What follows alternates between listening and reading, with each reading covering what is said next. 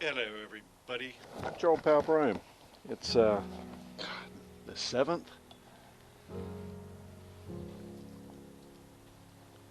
Yeah, March 7th. Ooh, my anniversary is tomorrow. Holy moly, I remember that.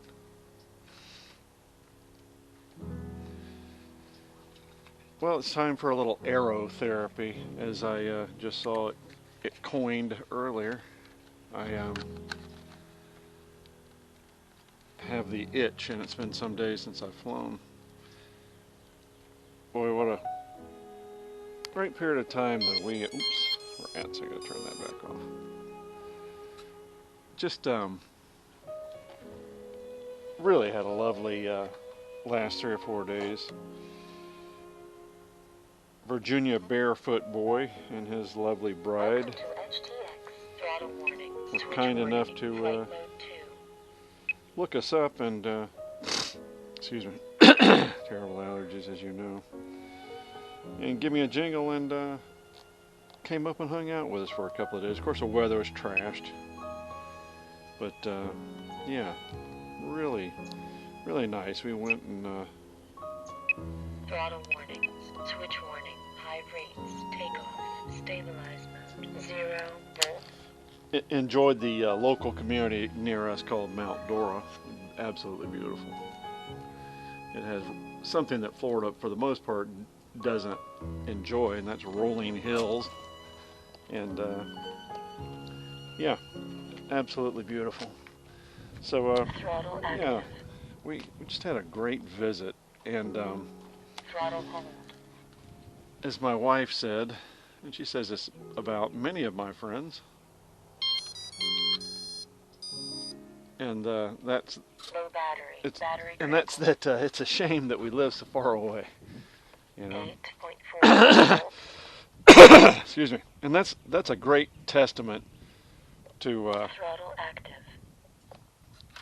the caliber of folks that we're enjoying out there, because it isn't that my wife is persnickety, but she doesn't, for the most part, gel real easy with other folk, and just thoroughly has enjoyed these wonderful personalities. Thoroughly enjoyed them. So yeah, I see what they're doing here. They now have a 8.3. our friends at Yuzhang have the 3D version of this, and one guy complained that you still don't have much in the way of tail authority. So one other guy found out that Yuzhang has a little app that you can link up with these things. I'm going to wait a bit. I'm not going to screw around with that stuff. I don't know what I can. I don't know what I can connect to and what I can't. Excuse me. They said something about using the Wi-Fi portion of our show here, but I don't know. But yeah, I'd love to be able to. You know, I'm in high rates now, and I just love to be able to. As I'm getting pushed into something or needing to take evasive action, I'd love a little bit more of this. It ain't enough, but actually, you know, if you're just doodling around the sky, it's enough. Enough, y'all. Yeah, barely enough. But it'd be neat to be able to change that. I see my buddy Horst over on the Huey thread was able to go ahead and I think he bought a new flight controller and stuck it in his. Is what I think he did. But yeah, what a really nice time, you know, having Stephen and his wife over. They just stellar folks. Getting excited. We're going to, speaking of stellar folks, we're going to go see Ox, who'll never ever see this video. Him and his lovely bride. I don't know if they're camping out with us or not, but he hadn't said, but he's not big in details, so we shall see. As we get a little closer, I'll touch base with him. One of my favorite absent-minded professors. And then after that, and his lovely wife, and there are now 5 dogs. 5 of them. My God, that makes you a dog farmer. 9 volts. Just love dogs. Absolutely love them. What else? Shout out, Rowdies. Man, oh man, I hope y'all are doing good up there. It looks like you're getting some snow melt, and you may be getting some relief from the clutches of winter, I hope. Of course, Captain Crunch, Dale, Cassie, Josh, Cynthia, Gretchen. Man, oh man, I've been having fun talking back and forth with Dale. Just what a great kindred spirit. My neighbor who I've talked about before, they met us in Alaska, 7.8 volts. or went to Alaska with us. They, the husband is a gamer, and I talk about the joys of meeting up with people that I, know vicariously online and not in real life. And he said he's meeting a guy here in the coming months that he knows from gaming. Going to meet him for the first time out of New York. He's a warehouse guy, and he says he's a pretty good gamer. So it's kind of neat. These are modern versions of pen pals, is what it seems like it is.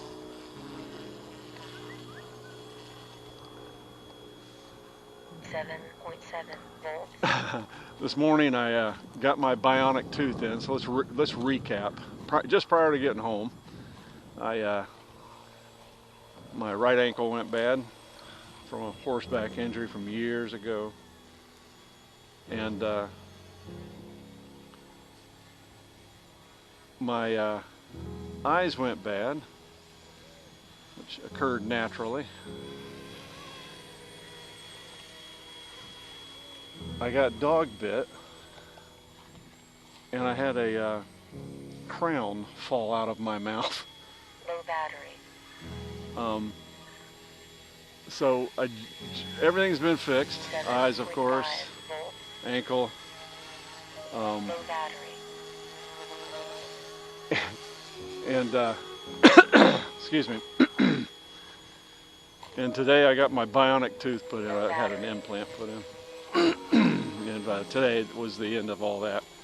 We have about 16 days left before we leave. Most all of the obligations that I have and chores and all that other stuff have been met. Throttle hold. Low battery. And we're kind of in the skate mode. We have a friend coming over next week, Miss Diane, longtime widow friend of ours. 7.5 volts. And we're looking forward to that. She comes over, I think, Tuesday over into Wednesday. And then I think that's it. That's our last house visitor. I gotta try to link up with my kid. I'm linking up with a friend of mine and his wife tonight, longtime friend and attorney. Low battery. Telemetry lost. Bear with. I'm concentrating here. Sorry about that. Gosh, I tell you, you ought to just see the vehicles around here. They're just covered in pollen, covered. So hang out with me while I work around. Howdy ho, George. Hope you're doing well in South Kakalaki. Whom else, of course?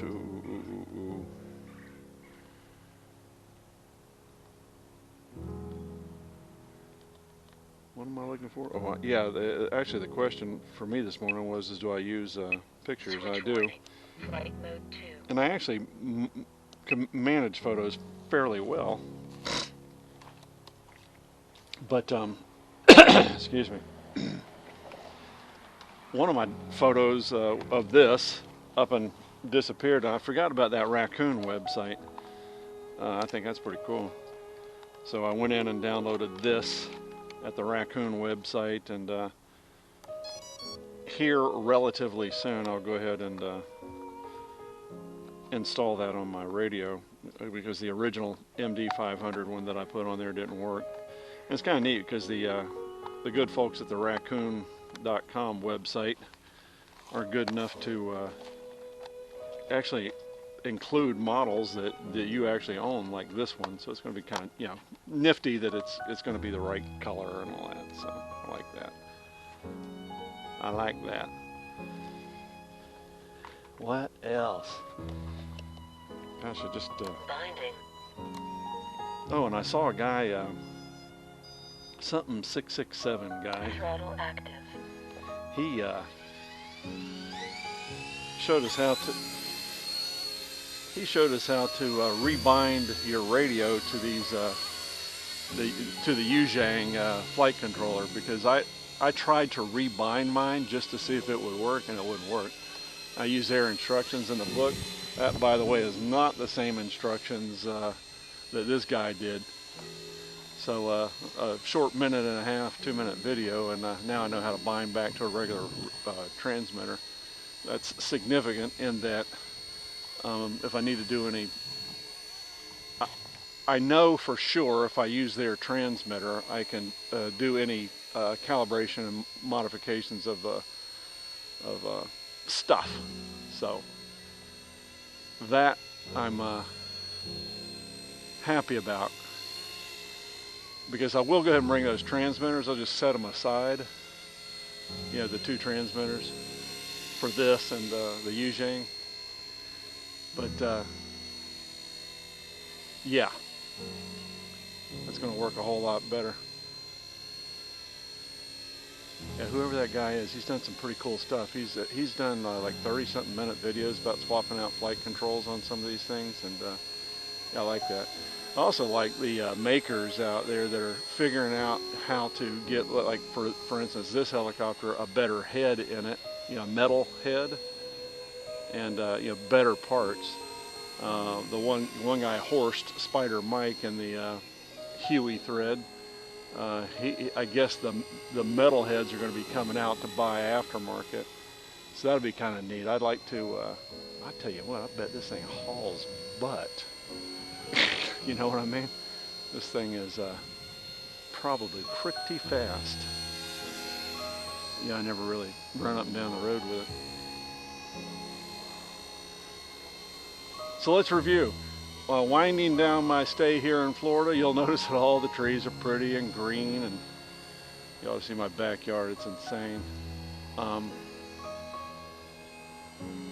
The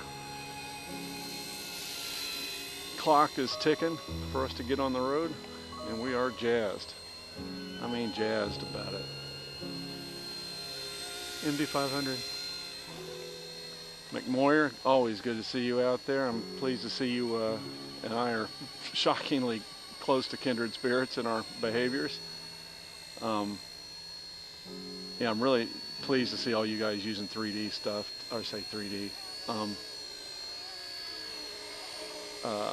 The printing. Even though it ain't for me, I just like seeing y'all out there doing stuff, because it's yeah, it's coming along incrementally. It's coming along. A little breezy out here.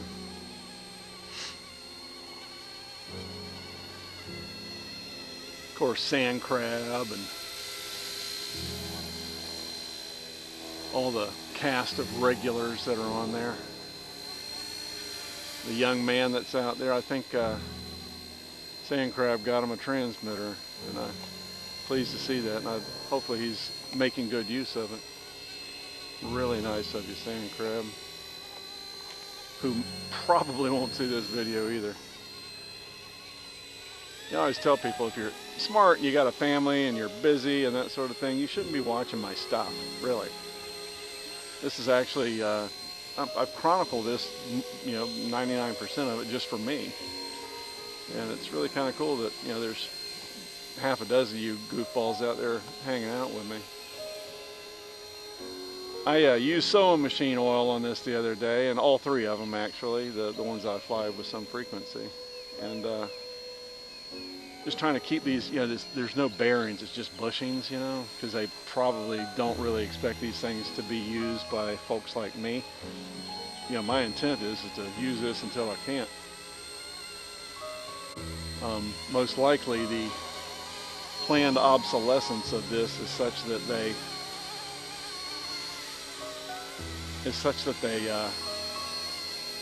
expect you to, you know, murder the thing before 2,000 flights. Well, I'm the kind of guy that wants 2,000 flights.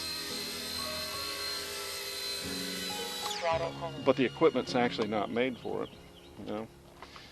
It's just got bushings in there instead of bearings, and you know, when I was flying my 500 class helicopters, they all had bearings.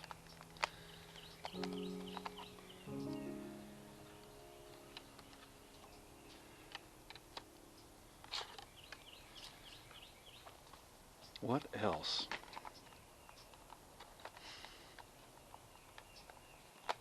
That's about it. I mean, we'll recap with my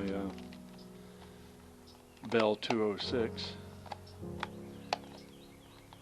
as I hot swap out batteries. There we go. I actually could, as I've mentioned before, fly the Bell 206 with this setting.